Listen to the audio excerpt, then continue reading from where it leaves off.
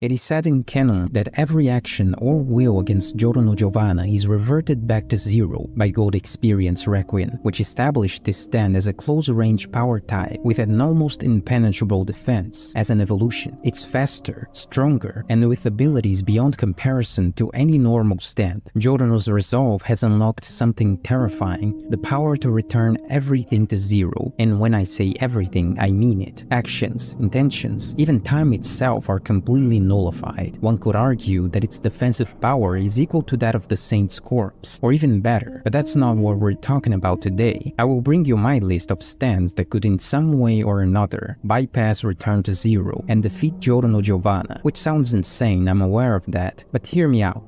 As you know, the ability that's associated with God Experience Requiem's invincibility is returned to zero, and for good reason. It prevents the completion of reality in favor of the preservation of Giorno's physical integrity, but I could find stands with objective and effective ways of completely ignoring that ability. However, simply ignoring that power isn't a guarantee of victory. You'd still need to match GER's basic attributes, as well as the enhanced creation of life and etc., which I'm not sure is even possible. Luckily, today's challengers won't have to, and since God Experience Requiem transcends causality, you can already exclude the World or Star Platinum from this list. But we are going to analyze this in detail right now. But before that, make sure you subscribe to the channel.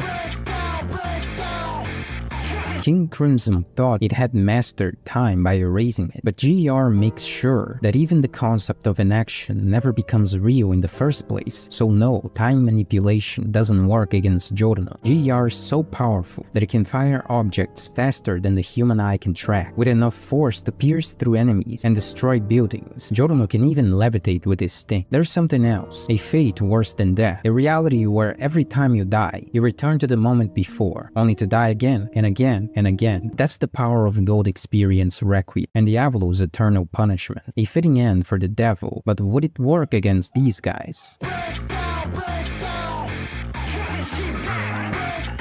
The Grateful Dead is a stand which can accelerate the aging process of humans relatively to their bodily temperature. And that's what's going to happen to Giorno, because what's being accomplished here is the acceleration of a natural process. It would be wrong to say that God Experience Requiem prevents Giorno from aging, because that goes against what GER's power was stated to be, and I'm affirming that this will be the result, regardless of whether or not Prosciutto is targeting Giorno specifically or acting indiscriminately. While God Experience Requiem can reset and undo the actions of others, the Grateful Dead's power is different. It's not an attack that can be reverted or undone, it accelerates a natural process. Aging isn't something GER can simply erase, it's a biological inevitability, sped up by Prosciutto's deadly ability. Even if Giorno isn't the primary target, the Grateful Dead works indiscriminately, turning up the heat and making everyone in range rapidly age, including Giorno. His power unable to save him from the inevitable passage of time. And here's where God Experience Requiem faces a unique challenge. While it can reset attacks, it doesn't prevent Giorno from aging. It's a natural part of life, and death isn't something that God Experience Requiem was ever shown to control. So as the Grateful Dead speeds up time for everyone, Giorno would find himself unable to escape the one thing no stand can erase, nature itself. So while God Experience Requiem may reign supreme against attacks or threats it can undo, the Grateful Dead's ability gives it an unexpected edge. In this battle of stands, nature may just find a way to win.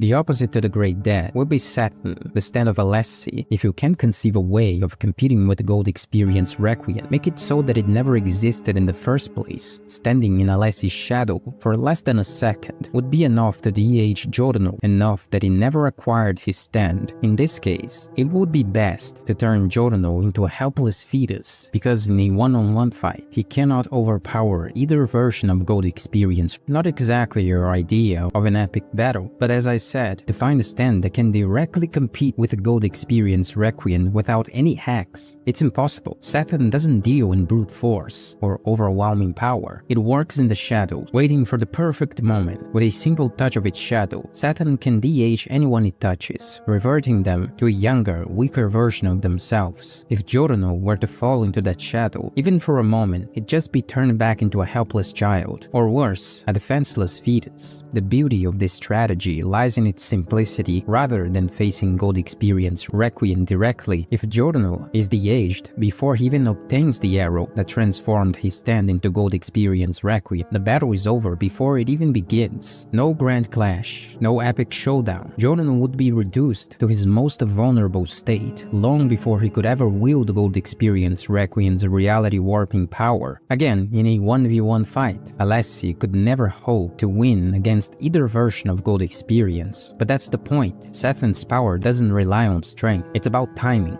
and exploiting one key vulnerability, catching Giorno before he has a chance to activate his full potential. Once he's turned back into a child, all of GER's immense abilities become irrelevant, as its power would be locked away in a timeline that never existed. By making sure Giorno's stand never came to existence, Saturn can rewrite fate in its own way without needing to fight at all. So in this unconventional battle of stands, Saturn shows us that sometimes the key to victory is striking before the enemy is even truly born.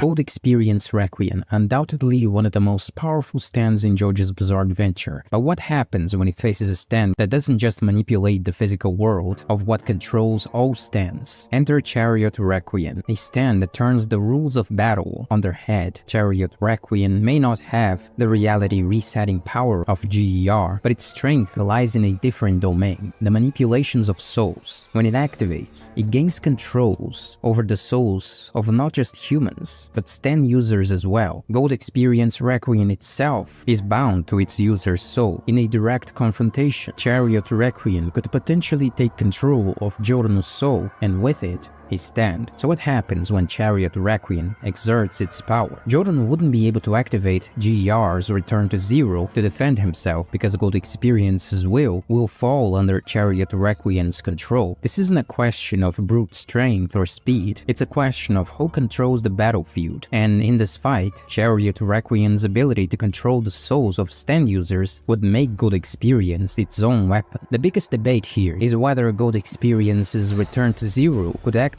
on its own to stop Chariot Requiem's influence, but the answer is simple: no.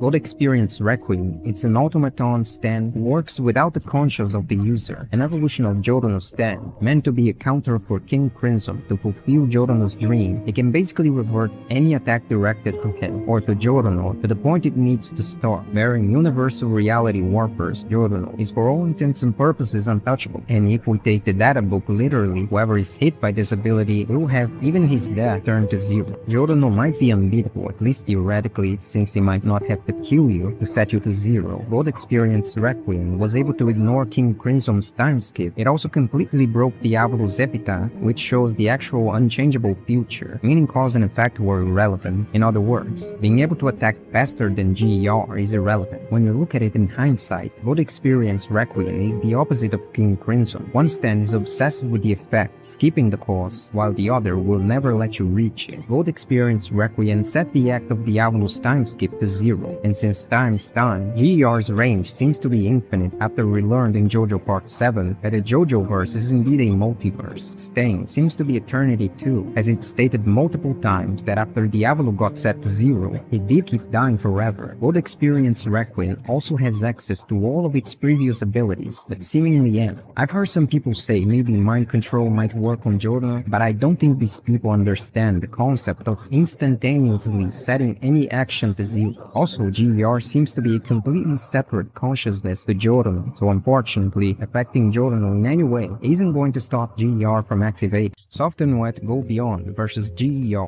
the old age debate that ironically very few people tend to cover. I'm here to provide the answer for that evocative question: what's more powerful, the imposing yet blank concept of Go Beyond's bubbles, or the 9 impregnable defense and unmatched physical prowess of Gold Experience Requiem? Every JoJo fan worth their salt knows both these two have abilities that defy the very laws of nature, though only one holds the official title of the Ultimate Stand. Manga panels speak more than 1,000 words, which just serve to raise Soft and Wet in JoJo's hierarchy of power. Currently, it stands as the strongest theoretically, especially in terms of attack potency, depending on one's perspective. It managed to overcome Wonder of You. However, it's crucial to note, stand battles heavily depend on the situation. That being said, let's begin our analysis. Go Beyond boasts the most unavoidable and unblockable attack, yet it required 2 shots to potentially eliminate Toru, who, if memory serves correctly, might not have succumbed to the attack, but rather to an underlying disease. Moreover, its defensive capabilities are not overwhelmingly formidable. Therefore, Gappy could still fall victim to a single strike from something like Tuzgak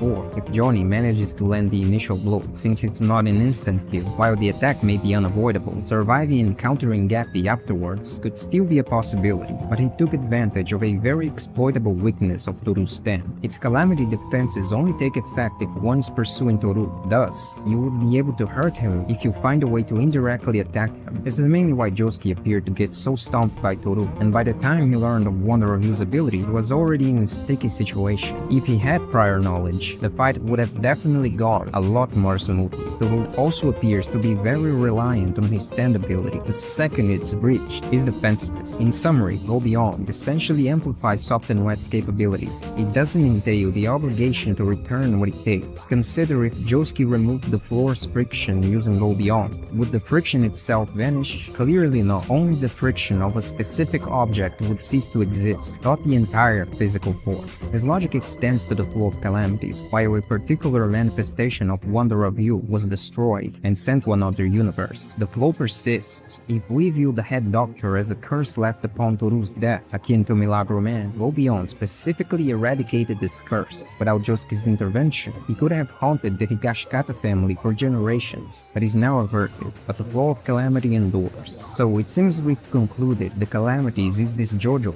Toru and Wonder of You are deceased, yet the flow of calamity persists. Despite its continued existence, it appears no stand can address it effectively. Why bother? Now let's get to the actual fight. Possibly, it hinges on your specific stance regarding the power tier occupied by Gold Experience Requiem. Let's delve into the Go Beyond bubble first. Released from the left shoulder of Soft and Wet, it's a bubble or string created from some iteration of that character. Specifically, the Killer Queen half of Soft and Wet. Like other bubbles, it incorporates a certain level of spin, likely a higher tier comparable to Tusk. This bubble is declared to spin at infinite thinness, technically causing it not to exist. It surpasses all aspects of reality, fate, and logic. Its sole function is to reach and strike its opponent. This ability draws 2 conspicuous parallels. Tusk Act 3's nail wormholes, facilitated by spin application, observed only once in canon. GER, capable of nullifying almost anything within the broad definition of an attack or attacker against Giorno Giovanna. Applications encompass flight, reverting time erasure, reversing Diablo's death after fate change, forcing fate to repeatedly kill him for eternity, and possibly across alternate dimensions and timelines. Gold Experience Requiem has proven impervious to fate